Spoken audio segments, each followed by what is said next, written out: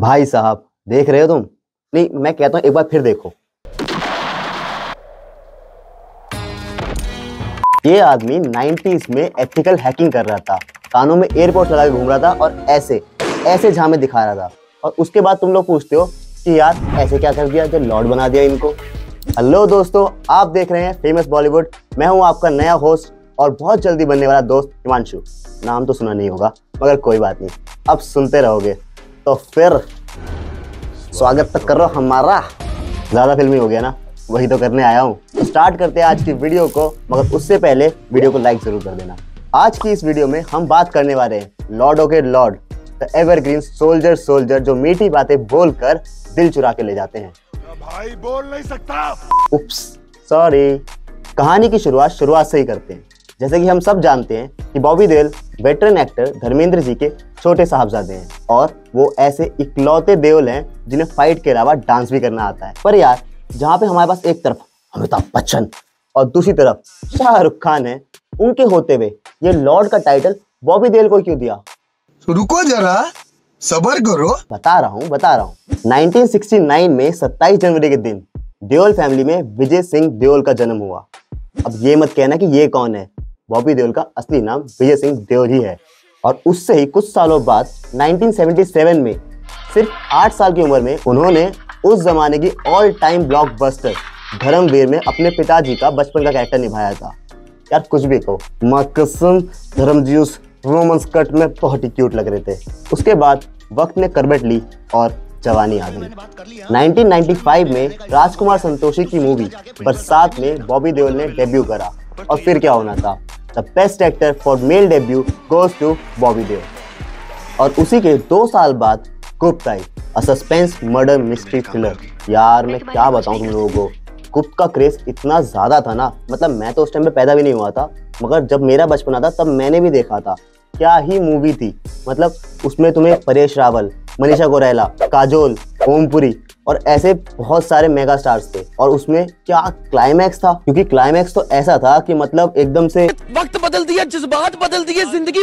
Movie की कहानी कुछ ऐसी सी थी कि बॉबी देओल अपने फादर, जो कि उनके स्टेप फादर थे, उनके मर्डर में फंस जाते हैं। सिचुएशन भी कुछ ऐसी सी बन जाती है कि सब लोगों को लगता है कि शायद उन्होंने ही खून करा है। उस टाइम पे पुलिस जब आती है, वो कैसे ना कैसे करके पुलिस से बच के वहां से निकल तो जाते हैं, मगर उसके बाद शुरू होती है असली मूवी, जब वो असली खूनी को ढूंढने के लिए निकलते हैं। इस मूवी में बार बार ट्विस्ट एंड टर्न्स आते रहेंगे, हर थोड़ी देर बाद एक नया राज खुलेगा और क्या ही चार्टबस्टर गाने थे, मैं क्या बताऊं यार। जिसके बाद बॉबी ने सोल्जर, रंग बल्ले बल्ले तेरी चाल, बिच्छू और अजनबी जैसी blockbuster movies they the. These movies were ahead of their time। पर बात फिर से वहीं पे आ गई। ब्लॉकबस्टर मूवीज और हिट मूवीज तो हर अच्छा एक्टर देता है, फिर लॉर्ड बॉबी की मूवीज ने ऐसा क्या किया कि वो लॉर्ड बॉबी बन गए। मेरा उसूल है, आदमी खत्म, काम खत्म। चलो तुम्हें मैं एक बात बताता हूँ, अगर तुम्हें मैं कहूँ कि बॉबी देओल की मूवीज और द सिम्पसन्स दोनों में कोई डिफरेंस ही नहीं है। चमेली एंड फ्रेंड्स। अब 90 से निकल के थोड़ा आगे चल के, मतलब हमसे अभी के करंट टाइम से थोड़ा सा पीछे आके 2020 में आते हैं। 2020 का वो टाइम लॉकडाउन का था, जहाँ एक तरफ लोग हताश थे, निराश थे, हर जगह डिप्रेशन छाया हुआ था, बहुत बुरी हालत थी, सब अपने घर में कैद हो चुके थे। मगर दूसरी तरफ उसी कैद में लोगों की क्रिएटिविटी जाग उठी। टाइम तो पास करना ही था ना, कहीं पे मीम्स बन रहे हैं, कहीं पे मिक्सेस बन रहे हैं, कहीं पे रील्स वायरल हो रही हैं, कहीं पे कुछ हो रहा है, कहीं पे कुछ हो रहा है। उसी बीच में लोगों ने टीवी पर रामायण और महाभारत भी देखना शुरू कर दिया। रामायण और महाभारत तो 80s और 90s में आया था, उसी 90s में बॉबी देओल हिट भी थे। तो पता नहीं कैसे मीमर्स ने या उनके फैंस ने उनकी मूवीज के रेफरेंसेस निकाल के उन्हें ऐसा घोषित कर दिया कि जैसे उन्होंने फ्यूचर प्रेडिक्ट करा था अपनी मूवीज में। नहीं मान रहे ना, अभी मान जाओगे। देखो देखो, खुद देखो। प्यार से नहीं तो जबरदस्ती सही। Chico Chico come on. मान गए? Everything was planned। Acting, dance, comic timing, physique, fight, सब कुछ तो था। इन सब के होते हुए भी बॉबी देओल एक टाइम के बाद पता नहीं कहाँ चले गए स्क्रीन से। एरा चेंज हो रहा था, न्यू जनरेशन इंट्रोड्यूस हो रही थी, न्यू फिल्मोग्राफी होने लगी थी, नए लोग इंडस्ट्री में आने लगे थे। और उसी बीच में बॉबी देओल की डिमांड शायद प्रोड्यूसर्स या फिर डायरेक्टर्स के बीच में कम होने लग गई थी। वो उनको प्रेफर करने की जगह नए एक्टर्स को, जो कि फ्यूचर के स्टार्स थे या फिर जो ऑलरेडी मेगा स्टार्स थे, उन्हें कंसिडर करने लग गए थे। ऐसा तो नहीं था कि बॉबी एकदम से ही गायब हो गए थे, उन्हें मूवीज़ मिल रही थी, मगर जो मूवीज़ मिल रही थी वो कहीं ना कहीं लैग कर रही थी, कभी स्क्रिप्टिंग में, कभी प्रोडक्शन में या कभी कास्ट में। जिसके चलते किस्मत, अब तुम्हारे हवाले, वतन साथियों, दोस्ती, टैंगो चार्ली बॉक्स ऑफिस पे फ्लॉप करार दी गई। लगातार फ्लॉप मूवीज़ देने के बाद भी उन्हें मूवीज़ मिल रही थी।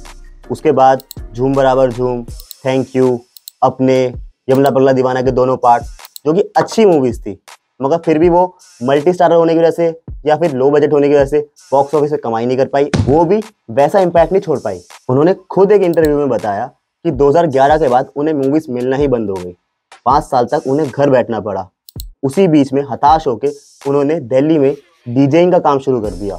वो नाइट क्लब्स में अपनी ही मूवी गुट के गाने बजाया करते थे। वो गाने इतना ज़्यादा बजाने लग गए थे, रेपिटेटिवली बजाने लग गए थे, जिसकी वजह से ऑडियंस नाराज़ हो चुकी थी और वो क्लब वालों से पैसे वापस मांगने लग गई थी। हालात इंसान को क्या क्या करवाने में मजबूर कर देती है। लेजेंडरी एक्टर धर्मेंद्र के बेटे सनी देओल के भाई, जो खुद एक कितने अच्छे एक्टर हैं, वो दिल्ली के क्लब्स में डीजेइंग का काम कर रहे हैं। पर कहते हैं ना, किस्मत पलटती ज़रूर है। अब इस किस्मत को पलटाने के लिए, एक लेजेंड को वापस लाने के लिए, एक लेजेंडरी मूव खेलने के लिए किसी दूसरे लेजेंड की मदद लेनी पड़ेगी ना। वो देख रेड 3 का सलमान खान। कहाँ भाईजान का?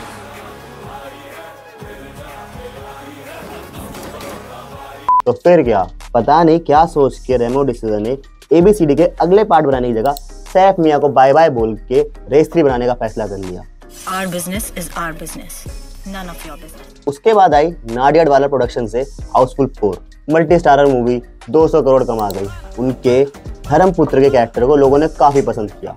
अब वापसी तो हो चुकी थी, मगर वो होता है ना कि मतलब समथिंग्स मिसिंग, कुछ तो कमी है, वो वाली बात रह रही थी। 2020 में जब लॉकडाउन लगा हुआ था, लोग थिएटर्स तो जा नहीं सकते थे, अब घर बैठे मनोरंजन तो करना है, तो उस टाइम पे OTT वालों की निकल पड़ी।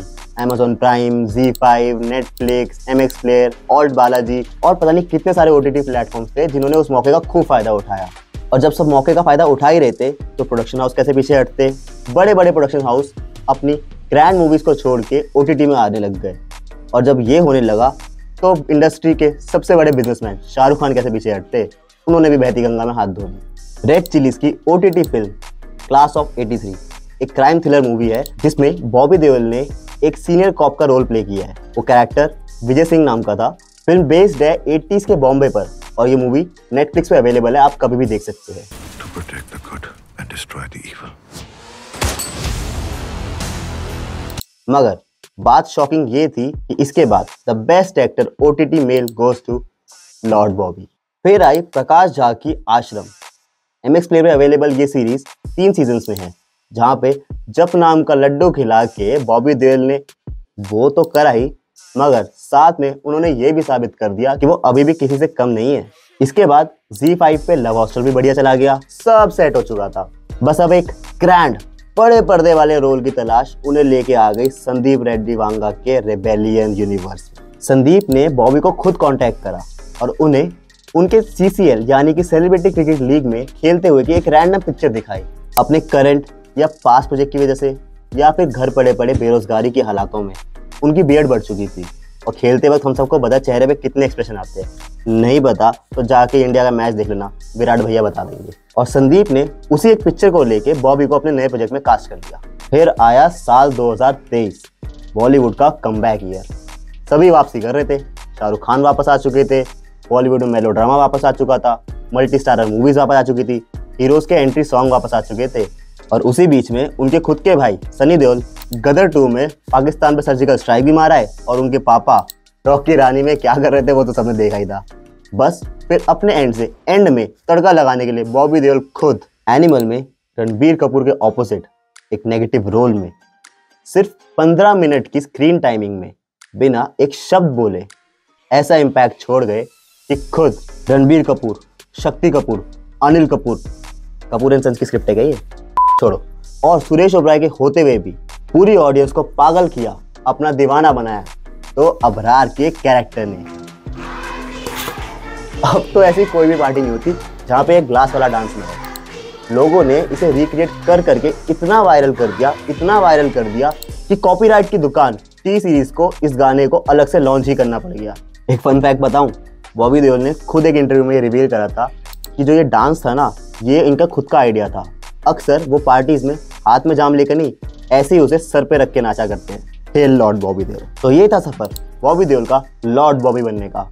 Long live Lord Bobby. और मेरा भी एक असूल है, स्क्रिप्ट खत्म, वीडियो खत्म। इसी के साथ आज की वीडियो में यही खत्म करता हूँ। अगर वीडियो अच्छी लगी हो तो अपनी फेवरेट लॉर्ड बॉबी की मूवी बताओ, और मैं आपको कैसे लगा ये तो जरूर ही बताओ। मिलते हैं नेक्स्ट टाइम किसी और लेजेंड की लेजेंडरी स्टोरी के साथ।